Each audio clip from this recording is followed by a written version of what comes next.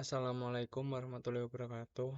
Perkenalkan, nama saya Ahmad Abdul Latif, NIM 2019 53113. Di sini saya akan mempresentasikan tugas dari Bu Diana, yaitu konsep FP Growth Data Mining. Pembahasan data mining, tahapan asosiasi, pembangunan FP3 dan penerapan algoritma FP Growth. Lalu penerapan algoritma FP Growth. Yang pertama, apa itu data mining? Data mining adalah proses untuk mendapatkan informasi dengan melakukan pencarian pola dan relasi-relasi yang tersembunyi di dalam timbunan data yang banyak. Fedlina 2015. Data mining atau sering disebut sebagai Knowledge Discovery in Database atau KDD adalah kegiatan yang meliputi pengumpulan pemakaian data historis untuk menemukan keteraturan, pola atau hubungan dalam data berukuran besar.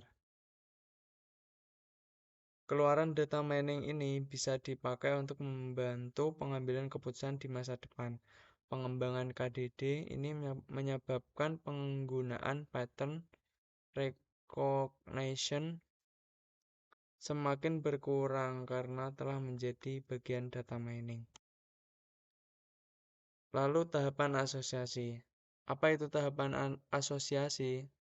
Yaitu analisis asosiasi dikenal juga sebagai salah satu teknik data mining yang menjadi dasar dari berbagai teknik data mining lainnya.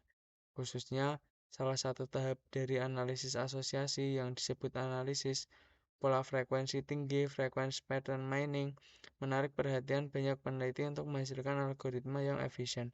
Penting tidaknya suatu aturan asosiatif dapat diketahui dengan dua parameter. Support nilai penunjang, yaitu persentase kombinasi item tersebut dalam database dan confidence. Fedlina 2014. Adapun tahapan asosiasi ada beberapa macam, yaitu tahap data preparation, yang kedua association roles, yang ketiga frequent item, yang keempat a priori, yang kelima rule generation. Lalu pembangunan FP3 dan penerapan algoritma FP Growth. FP3 merupakan struktur penyimpanan data yang dimampatkan. FP3 dibangun dengan memetakan setiap data transaksi ke dalam setiap lintasan tertentu dalam FP3. Karena dalam setiap transaksi yang dipetakan mungkin ada transaksi yang memiliki item yang sama, maka lintasannya memungkinkan untuk saling menimpa. Semakin banyak data transaksi yang memiliki item yang sama, maka proses penempatan dengan struktur data FP3 semakin efektif. Kelebihan dari FP3 adalah hanya memerlukan 2 kali pemindaian data transaksi yang terbukti sangat efisien. FP3 contoh, misal 1 AL, A2 AN adalah kumpulan dari item dan basis data transaksi DB T1, T2, TN, di mana T1N adalah sekumpulan transaksi yang mengandung item DI.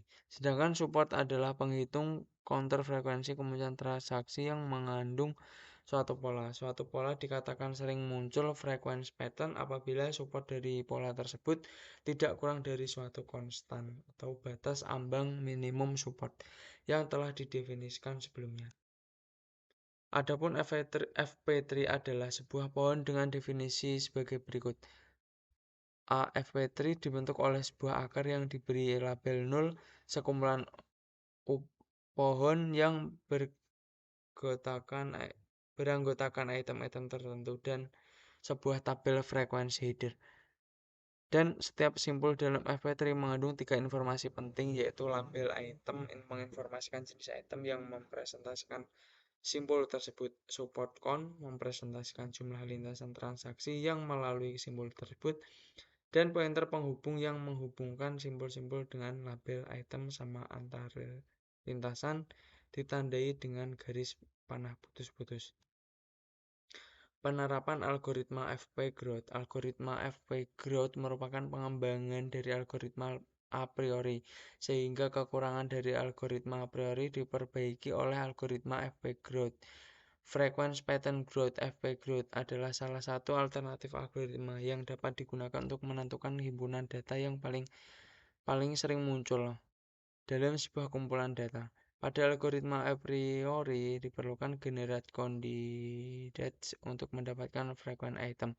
Akan tetapi di algoritma FP-Growth generate candidates tidak dilakukan karena FP-Growth menggunakan konsep pembangunan tree dalam pencarian frequent item. Hal tersebut yang menyebabkan algoritma FP-Growth lebih cepat dari algoritma a priori.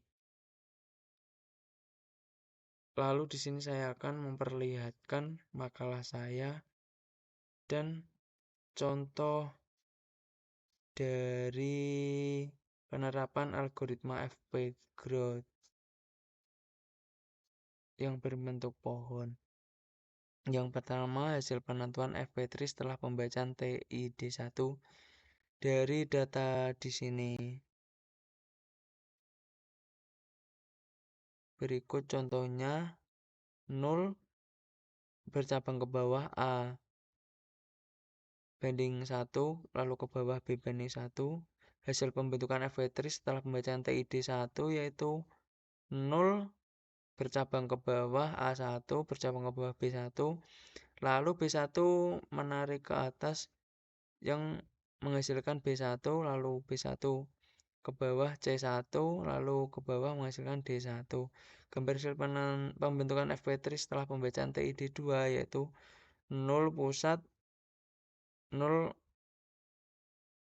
bercabang ke bawah yang menghasilkan A2, lalu A2 menghasilkan B1, dan 0 bercabang menjadi B1, lalu B1 menjadi C1, C1 ke bawah lagi menjadi D1, dan A2 di sini bercabang menjadi C1, C1 bercabang menjadi C1 yang di bawahnya B1. Lalu dari cabang A2 di sini menghasilkan D1, lalu diteruskan ke D1 dan D1 bercabang ke bawah menjadi E1. Di sini yang disebut seperti pohon yang beranggotakan. Sekian presentasi dari saya. Apabila salah kata, mohon maaf. Terima kasih. Wassalamualaikum warahmatullahi wabarakatuh.